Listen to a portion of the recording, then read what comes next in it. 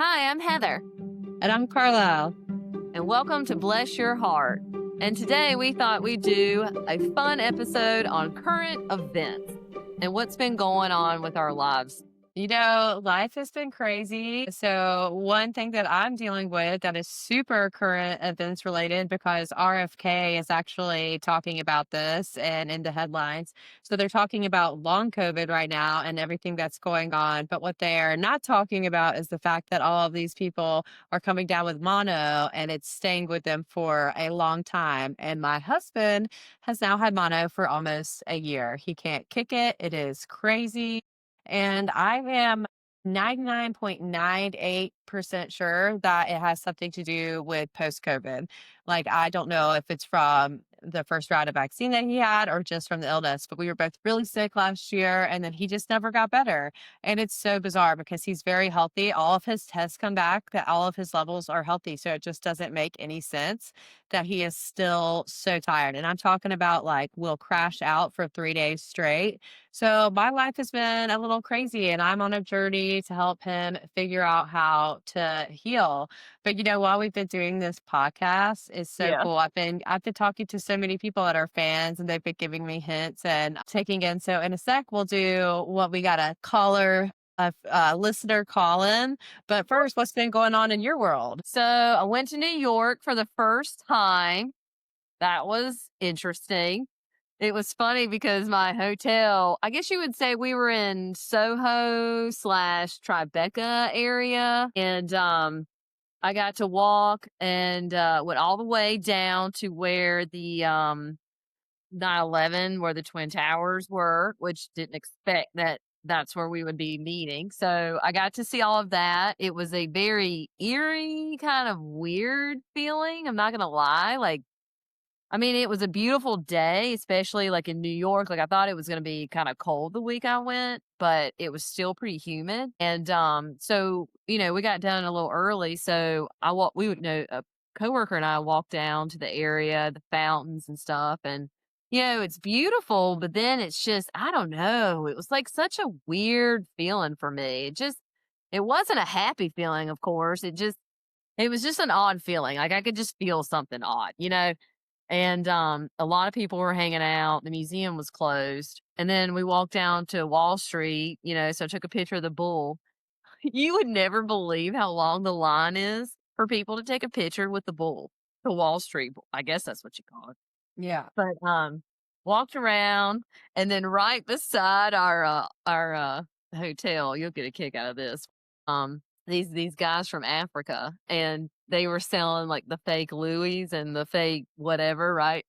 Well, we were walking back and we were walking down different streets to just experience different things. And so we had to walk through it. And they were like, "Hey, pretty late. We got Louis.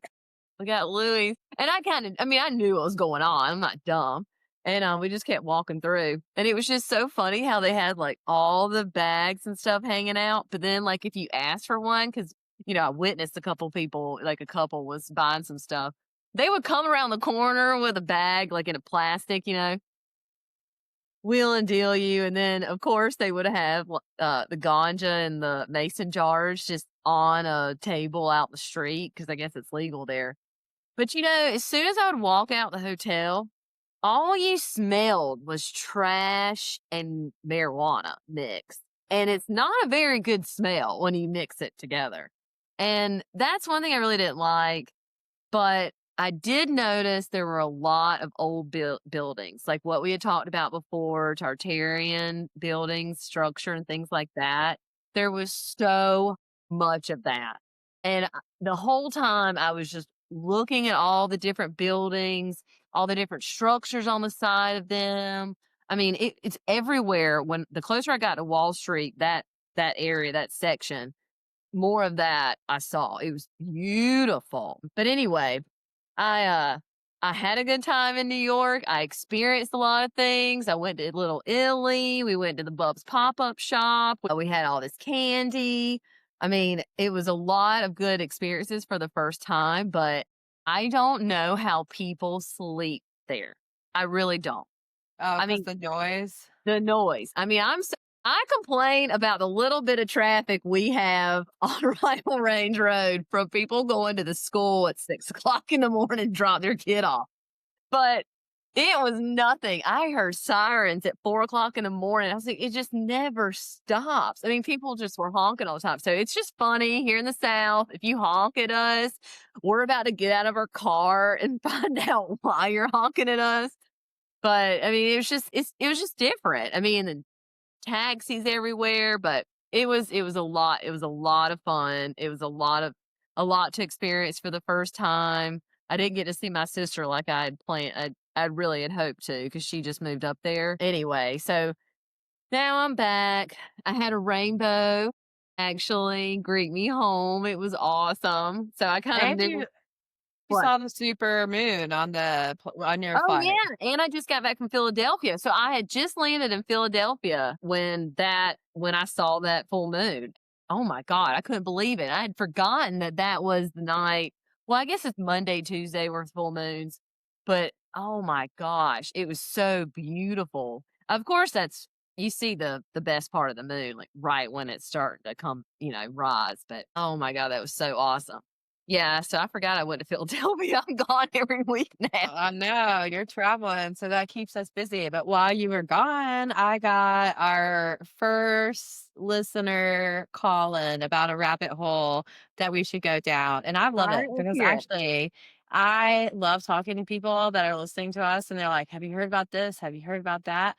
And it's so much fun. So keep it up. And whatever you want to hear about, we want to talk about. So let us know your favorite theories and we will deep dive into them.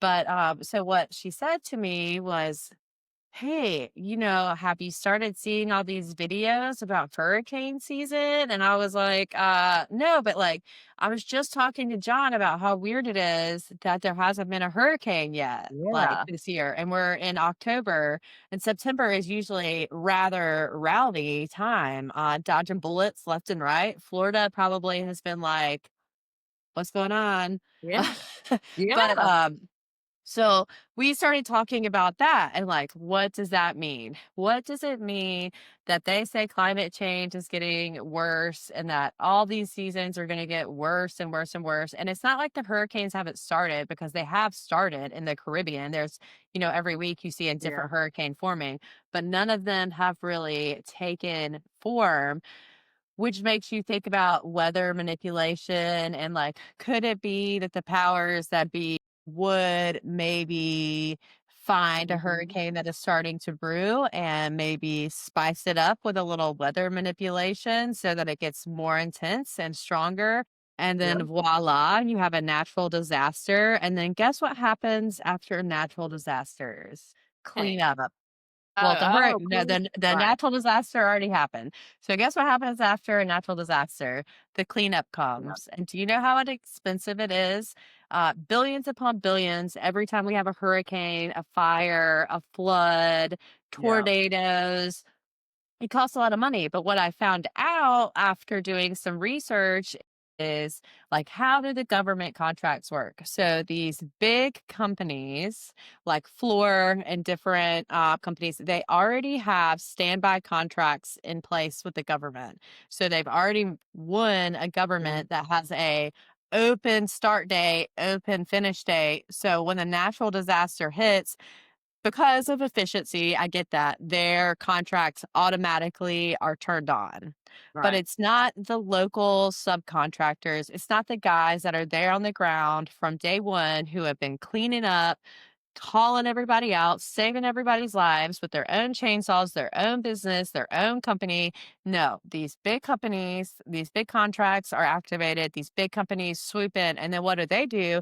They hire out these local guys at like 30 to 40% of what they're getting paid. So they're making, let's even say it's 30 70%. So right, there's 30% profit that they're taking for doing nothing. And these guys who are the locals in the communities that should get all of the business and all of the cleanup that have been there since day one, asking nothing, asking for not a penny, they should get the contracts. yeah, they They should, should get the contracts automatically turned yeah, on. We should have a regional company we should have a regional branch that goes around and says, "Hey, if natural disaster hits your area, we want you to be prepared and trained and qualified to jump in and, do what needs to be done to make Yep. sure lives aren't lost." And it's just I know I've like gone really like long-winded into this, but the more I find out about the big business natural disasters, it's like so I went up to after my aunt's house was hit in Clyde, North Carolina, Yeah. and we had to start fixing it up. We had to go up every week and we were visiting her in the nursing home every week. So we were driving from Greenville up to the mountains. And that was like one of the thoroughfares that was always open from like the whole time. So we Mhm. just saw the work trucks go in and out and in and out, and the water trucks and the trailers and all of this stuff and all of this equipment that doesn't necessarily seem to help the people. So I'm not sure like Yeah. where it's going to. Like I saw water trucks at the rest area, parked at the rest area. The rest area was closed for 8 months, and that parking lot was always full of those water trucks. So why weren't they out giving water? Because Asheville didn't have water for 6 months, like Asheville proper. 6 months. Gee, I don't think I realized that. Oh my gosh. 3 months into it, we were coming down the mountain and my mom was like, "I have to go to the bathroom." We were like, "Surely the main exit in Asheville, where the mall is and everything, will have water." Nope, nothing, nothing. The whole town had nothing. It was absolutely crazy. So, and people didn't talk about it. And really, these places have picked themselves up off the ground themselves. All of these people that lived around my grandmother's house, where my aunt was living, all of their homes are gone. They haven't received a single penny from the government. They can't even rebuild on that site because now it's considered a flood zone. So they can't get permits to rebuild even if they wanted to. So their homes are sitting there vacant, rotting away on land that they'll get paid a fraction of what it's worth to go buy a home that they can't afford in the No area. way. And these people's homes were 100 plus years old. And it's pretty sick. Yeah. Well, it's fishy too. It makes you wonder, like, did they do it on purpose in that area knowing these people never had flood insurance, never had any kind of insurance to be able to protect them against something like this? Oh, And knowing that most of those people had flood insurance and got nothing really?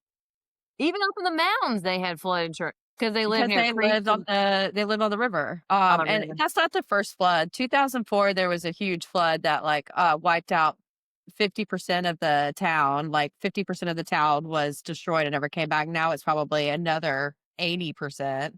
So this has been Um, going on since 2004. I wonder if it happened before that, or do you think that's when it kinda Yes, started? in 1916, there was a huge flood, but there have been several huge floods, like 2004 was huge, and then I think, like, 2016, there might have been a huge flood a pretty big flood, but Yeah, not like, these records. This was different. this was different, yeah, This for was sure. different. And it's like these people's stories aren't being told. I really feel called that I need to like go up there and talk to people and tell the stories because like I saw the people surviving the winters in their tents. Yeah, you did. I saw the people standing waiting in long, long, long ass lines for propane tanks. I saw the FEMA camps that, like, the FEMA workers were staying in while all of these people were homeless. I Huh. talked to a FEMA worker who helped me to do my aunt's paperwork, and oh my gosh, this woman, it just clicked in my head. She said to me, I said, "Hey, where do you stay when you're up here?" "Well, we stay in the hotels wherever they can put us in, but this town's kind of shitty. So, they had to like bring in trailers for us all to stay in." She's like, "Usually we get to stay at the nicest hotels in town." And I was Of like, course they do, though. I mean, FEMA well, yeah. FEMA definitely is not our friend. I mean, I haven't heard that part, but I have heard how they go and actually go into people's homes and steal things out of there that are valuables after they evacuate people or when things like this happen and they rescue people and they come in and then they'll steal some of your jewelry or things that are left there. But wow, I'm not shocked. I'm not shocked at all. they also made it so hard for us to even do the initial paperwork. Like, we had all of the power of attorney and everything for my aunt. Like, she was in a nursing home. She can't get out of bed. Scheduled for the FEMA people to come do their inspection. And these people are so unqualified that they send. I'm like, how are you qualified to look at this home and tell me if it and what kind of damage it is? Like, I would like for you to name 3 kind of damage that you could actually articulate on. But the woman showed up, filled out all the paperwork. I must have gotten confirmation 3 times that everything was squared away, good to go. She got there, nope, wouldn't see it, was a complete asshole. Asshole. She was an asshole. She wouldn't see the house. We had to like, and then she completely closed out our application and said we refused the meeting. So then What? they wanted us to start the paperwork all over. And at that point, I was like, FEMA, you can shove it up your ass. And then later on, they were begging us to take the money. And we were like, no, I wonder if they have to give you certain money, even though it's no, like pennies, I'm sure as soon as you take that money, you have you're on signed, a list or something. you know, Yeah. you have signed away any right to ever sue anybody who had any wrongdoing. And I'm guaranteeing you, Yeah. I've come to the conclusion if it's not the government manipulating these systems, it's these energy companies running monopolies. Duke Energy is a monopoly and it is garbage. All of these like PNG, how is it possible? Monopolies are illegal. How is it possible that you Oh, I only have know. one choice of an electric or I water know. company? I know. I know. Hey, Yeah, the electric companies, the problem with the flooding wasn't from the hurricane. The problems from the flooding, like with Katrina, is from these levees and these dams that are not managed, not taken care of. They break, they have massive failures, and that is where the disasters come from. It's like with these fires out in Paradise Valley, out in Lahaina, these yeah. wildfires stop. They tell the power companies to turn off the power. The power companies don't turn off the power. The water companies turn off the water that they need. Like, there's so many things. If you look Yeah. at Paradise Valley, if you look at what happened in LA, if you look at what happened in Mhm. Lahaina, those are all fire evidence. All of those are unexplainable. All of the fire workers are completely like, what just What just happened? There's happened? no way this just happened. They all had the ability to get it under control and they all had an obstacle. Paradise Valley, they didn't turn off the power lines where they were supposed to. LA, they didn't have any water to put the fires out. Lahaina, they hadn't managed the brush around the power lines, and so it made it just like an inferno. All done on purpose. The list can go on, and I can get on my soapbox for Yeah. days and days. But like, I would have lived in like a $50,000 container home that I don't have to worry about if it gets going because if your home burns down, I've also learned from an insurance company, if your home burns down, you better hope your home burns to the ground because you will not get a penny of it. If you have flood insurance, you better hope that the 3 properties around you, 3 adjacent properties flood or you get no money. And if you had a sump pump, you better hope that sump pump had a backup battery or you get no money. If your roof, which is a 30-year roof, is over 10 years old, you get no money.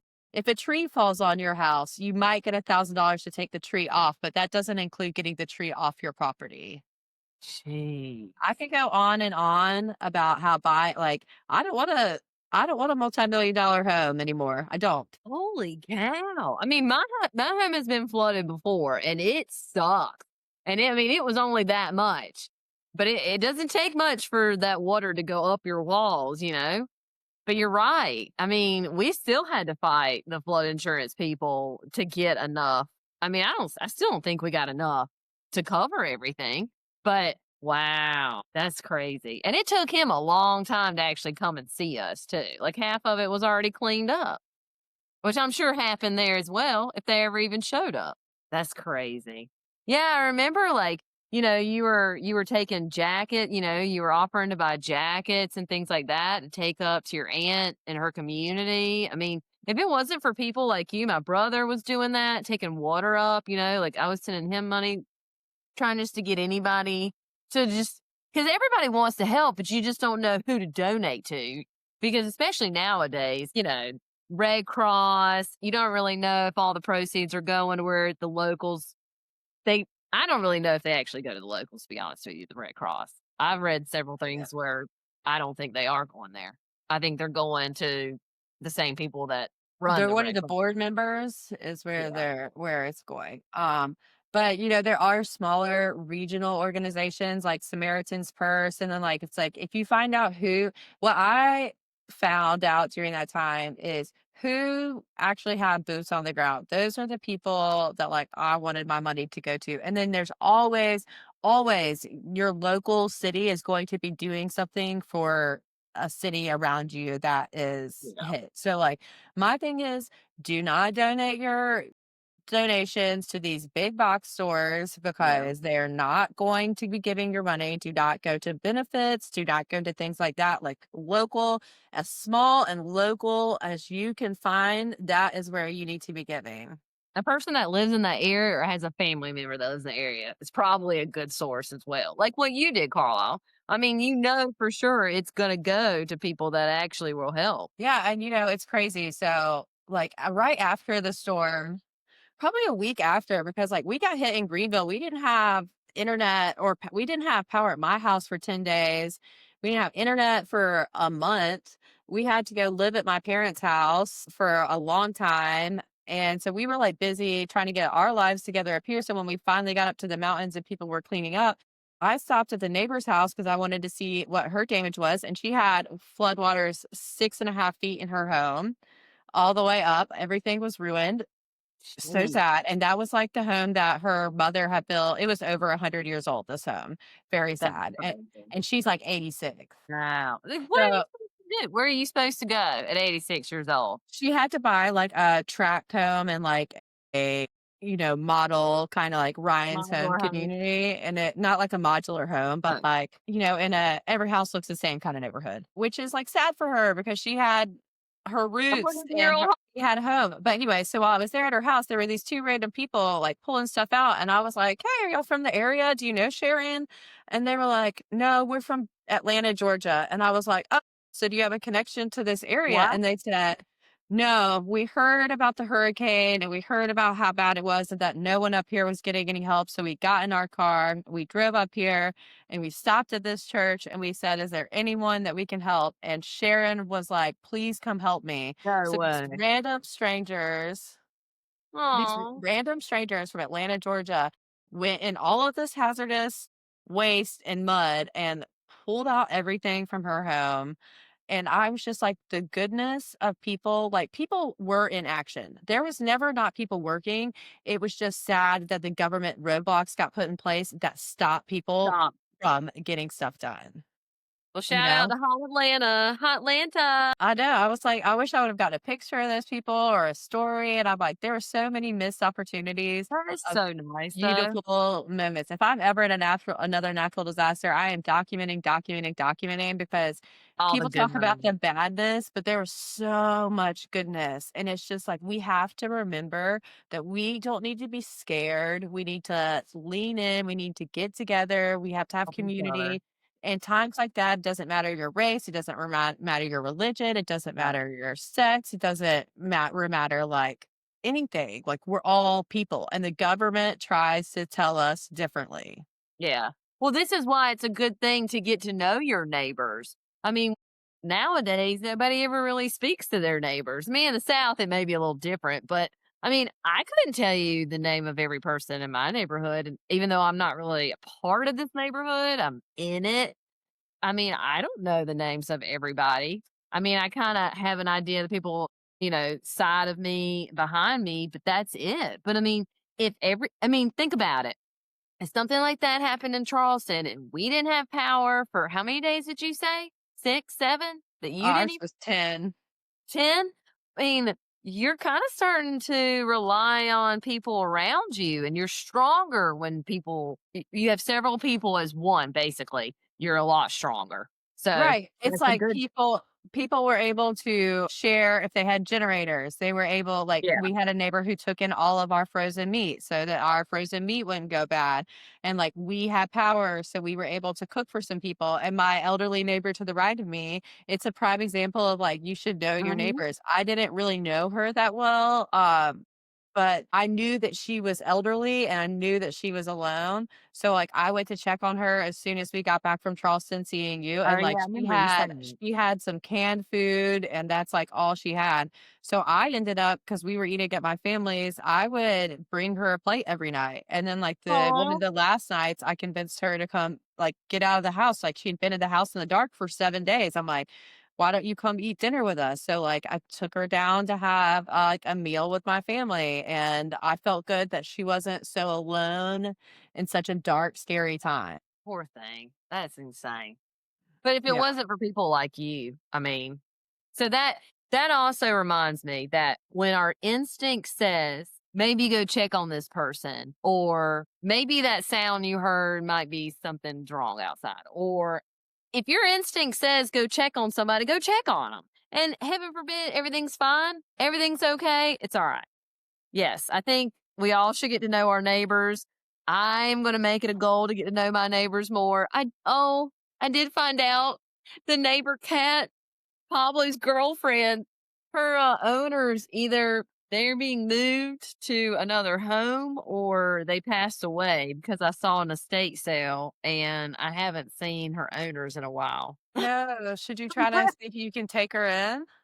Well, I haven't been able to catch anybody to see if like the son or daughter took them or what. But yeah, I don't know why that made me think that. But yeah, it's anyway. It's so crazy. So it's like we have to get in to community, being Yeah, kind, doing the next right thing. Don't worry about all the BS of like, and I can be guilty of this. Like sometimes it's like I don't always want to have to do the right thing. Sometimes I want to be spiteful. Sometimes I want to be a little petty because like I don't know, it's fun. But like what we should be doing is always helping each other out. Whenever I get in those moods, I just have to remind myself, like, no, you just need to do the right thing. yeah, especially during No, hurricane. yeah. Well, during those times, I don't feel petty, but just in regular I life, know. someone I'm just wrongs kidding. you, you want to be a little petty. I know. But I'm just kidding. our small community is where we have to get into because then you get into the chaos of the world. Like last week, we were talking about Charlie Kirk and his assassination, or not even last week, the last time we talked, we were talking about Charlie Kirk and his assassination, and it has gotten so wild and out of control. And like Turning Point USA is turning on Candace Owens, and Donald Trump is like even more tied to Israel, and Israel's being sold, or TikTok's being sold to Israel. And now Israel's hosting content creators how to basically handle propaganda. And now they're going to start saying people that support Candace Owens are the Third Reich, like the far right. Like now we're Nazi Germany. Yeah. Well, anything that we say against our own government, like heaven forbid, I say, what the hell is Trump doing right now? Has he been We switched love out with a Trump. clone? Like they would shut that down so fast, and that tells you right there. I mean, we're sitting here complaining about China having TikTok this whole time. Why are you on TikTok? Well, my God, if Oracle and US are going to buy it, and you can't talk about America, then how is it any different? I mean, it's socialism at its best. Yeah. The whole Charlie Kirk thing, oh my God, I had no idea. I mean, of course, when we watched the whole thing, we're all like, this just looks odd. There's something about this. But you're right. Every day, something new shows up where somebody has done their research and is putting all these dots together. And I mean, I don't even know where to start with his wife. I mean, that's mostly been kind of a lot of questions in the air. She was in Miss America pageant. Well, who owns Miss America pageant or did own? Trump. She was what? Miss Arizona? Arizona. And I mean, from what I've read, she wasn't in a ton of Miss America pageants or so I mean, it was her first time and she won. Okay. That's awesome. Then she was in a music video, that song, Drive Me Crazy or I'm Crazy. What was it? I'll I have know to what reach you're talking out to about. it. Yeah. You know what I'm talking about. I have to She's get in a back to you, but music video. she's in a music video, and she's, like, on this, like, uh, what do you call those things? Zip line. Zip lines in the And video, lots. and you see 10:10, the time 10:10, and then you see 9:10. Well, Charlie Kirk was killed on 9:10 at 10:10, right? Yes. Oh, I So don't know this about the is like time, but that's that crazy. and that's yeah, and this was years before they Yeah. even, like, met, right? Well, then I find out that Erica and Charlie met in Israel when our own government went on one of those field trips we were talking about on the last episode. And And she just happened to like randomly be there for some other trip, right? yeah. And then what the hell is going on with her owning this charity where Romania kicked her charity out? Have you heard about this? I have, but, like, I've also seen that that's been debunked that she has not was not actually kicked out of Romania, so I don't really know there. I do know, like, it's weird, but I have some friends from Romania, so we will follow up on that because 'cause I'm gonna ask them to, like, ask their local peeps. So they're coming to visit me soon, Curious. so we'll circle back on that, but there's something weird about Erica for sure. Maybe you know how they say, like, everyone in Hollywood, when they get famous, they get, like, a handler? Maybe Erica was, like, placed in there to be his Charlie. handler. And, Candace was talking about how, Charlie was actually, like, really exploring Catholicism, which, like, I'm not down with Catholicism. I think that, like, the leaders of the Catholic Church are, like, beyond scum and, like, nasty kid diddlers, and they hoard their wealth, and it's Yeah. gross. But So we'll see.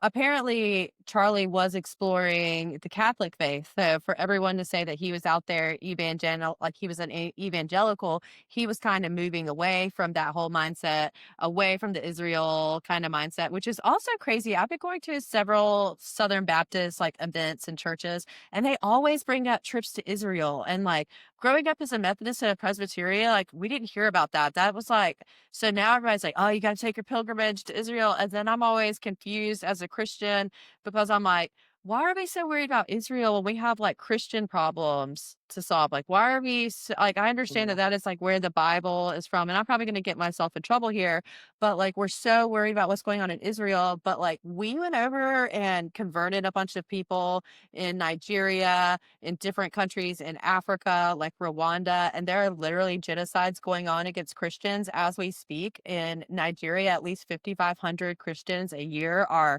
murdered, beheaded, their churches burnt down, millions have been displaced from their villages by terrorists. But like, we're not outraged about that.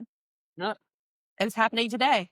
It's been happening. it So is like crazy. that's where I get really confused with church. Yeah, and that's probably 2 episodes we could go down about how religion, I feel like now, I feel that religion is man-made and made to divide us and keep us divided, just like having 2 political parties.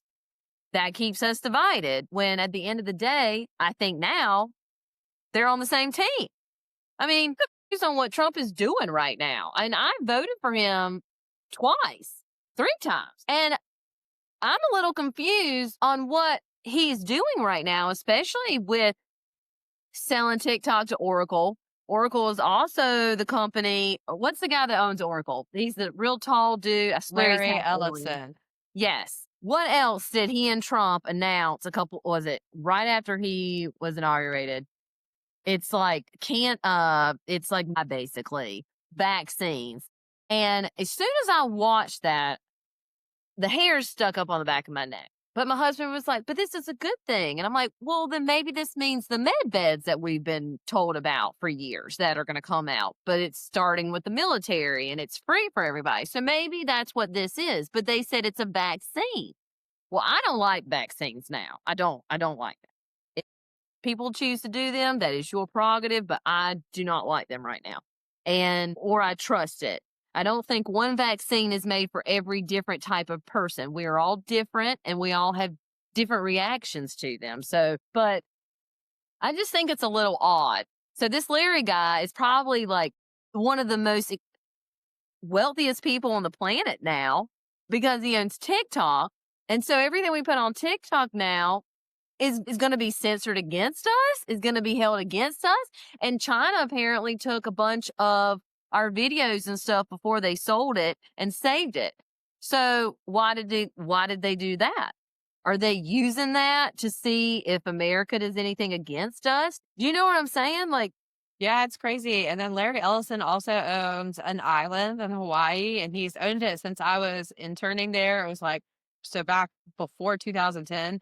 And I always thought it was wild. I was like, why does this billionaire need to like randomly buy this island? And it's not like he was developing it or doing something for the better good. So it's like super interesting as to like billionaires people would be like, "Why do you?" It's like when we were talking about George Vanderbilt, and people were getting so offended that we would think that maybe he was into like occult rituals or into nefarious things. I'm like, he was the richest dude in America, of course he's into nefarious things. And Yeah, that's they're where, just like, bored. I think that I've always thought that, like, Donald Trump was different, that he was, like, outside, he was like a crusader, like, cutting through the BS, but he's part of the boys club, you know?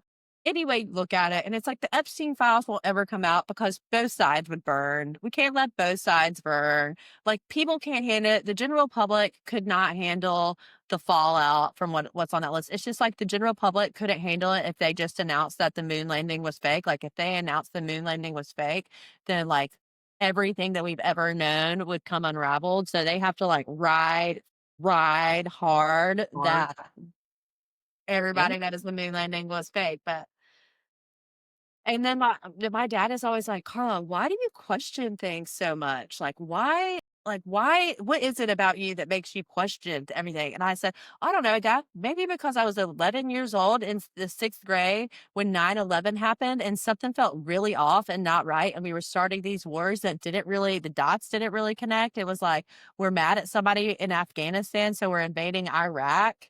Like, did not make sense to me." yeah, So yeah, I was like, exactly. since then, I've always questioned everything. And then I was right. I was so right that it was not what that they told us. They want us to believe all of this stuff, and they're a bunch of liars, and they all need to go down for it.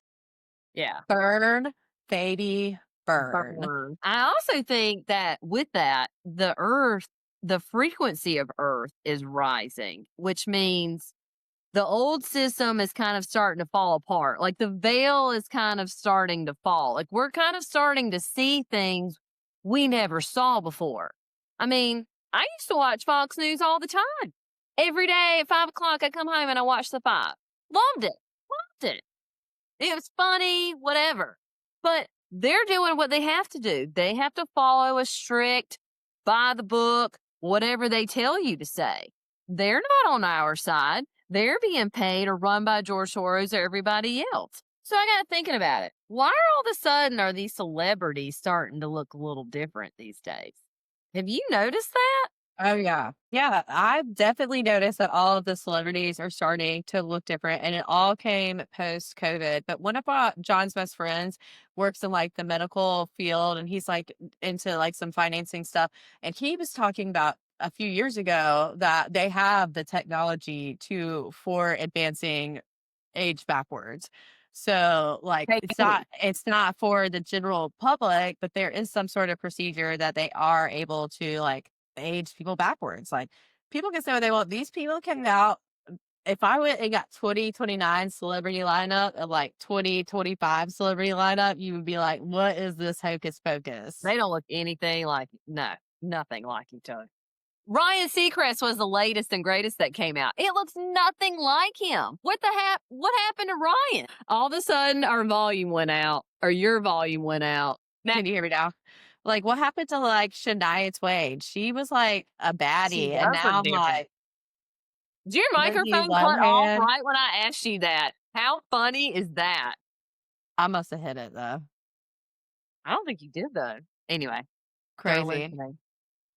They're But yeah, so we could listening. go into like all the celebrities, which brings us into like biohacking, and there's so much biohacking going on in the world. It's like Callahan had to pay 20,000 plus dollars to get stem cells, and they've been Jeez. great for her, but insurance doesn't cover it. And like these people need these life-saving things. It's like, why are we paying for people to have Ozempic that don't need it to get skinny, but children who can have stem cells that literally can help rewire their brain, help them to speak, help them to hold their head up, help them to be able to see, help them have better mobility, how it can save athletes who have had horrible injuries. It can give them quality of life. It can bring sight back to people. It can make people like learn to walk that thought they were never going to be able to walk again.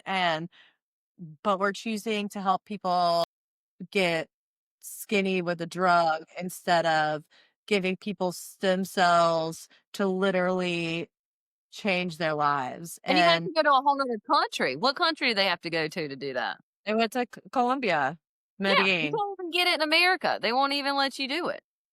That's what's so They sad. they wouldn't even let Brittany have her sister's stem cells after she gave birth. Her placenta, her sister was going to give her the placenta for Callahan, and they wouldn't even let her have that. That's against the law in America for her Of to be course. able to have that. because there's so much regulation and oversight for this wrong things. Because they Speaking of don't want that, us to get they don't want us to get healthy because you can't make money off right, of healthy people. exactly. Well, they don't want anybody to find a cure for cancer either. Oh, there's a cure for cancer. It just doesn't make money if they gave it out. Exactly. So I found out there's this law in 1908 or something where if anybody finds a cure for cancer, it's illegal. Like you are thrown in prison and stuff. I got to research it more. But when I came across that, I was like, oh, well, it makes sense. So it's October, it's breast cancer month. I mean, I was a Zeta. That's all we focused on is our philanthropy. So you mean to tell me all that money that I'm raising and all these people that are giving money to the Breast Cancer Foundation, where the hell's it going? I mean, why haven't we found a cure now? I'm almost 30, I'm almost what, 40 years old. And in 2008, I was raising money for the Breast Cancer Association. I mean, Susan Coleman's breast cancer. So why isn't there a cure now? How long has it been? I'm just saying it's ridiculous. I And mean, then we're giving all this money. you take it a step further, and the rates of people surviving cancer after taking chemo is actually not that great. Like doing chemo No. doesn't even up your chances that drastically for if you're going to survive cancer. So like really you're poisoning yourself and there may be like a 10% increase in chance. But Yeah. like I can't prove that. I've run it. I need to go look it up. But like we should look into the statistics of it because it's like, why are they poisoning us? And like people aren't actually getting better when it's like Yeah. my friend's mom, my best friend's mom who had stage 4 pancreatic cancer did chemo, did radiation, but she also did turkey tail mushrooms. She also did an alkaline diet. She cut out all sugar. She cut out everything. And they told her she wouldn't live. She was never going to be operable. She was able to shrink her tumor enough to get like a experimental operation at Emory in Georgia. And Mm. she's living and taking care of her grandchild and having like a full life now. So doctors don't know everything. If I'm feeling crappy about myself or anxiety or like, woe is me, I'll be like, God, please put somebody in my life so that I can bless them, so that I can see, how great I actually do have it. And I will always see someone, but like I never see that person again. Tell the story about the guy at the grocery Oh, store. okay. Yeah. So one real quick story time is especially in my area, I have noticed that there are a lot of elderly men who are homeless and have taken to like living in the woods. Like and several of them that I've talked to all have the same answers. They don't like shelters because they get mugged in shelters. Shelters are unsafe. There's a lot of rules in shelters. They would rather just sleep on a bench or in the woods. So I met this homeless guy, Ted. I went up to help him because the lady that I tried to help the day before, I tried to give her a $50 gift card. She completely shot me down. I was like, my ego was hurt, but I was like, it's okay. Do the next right thing.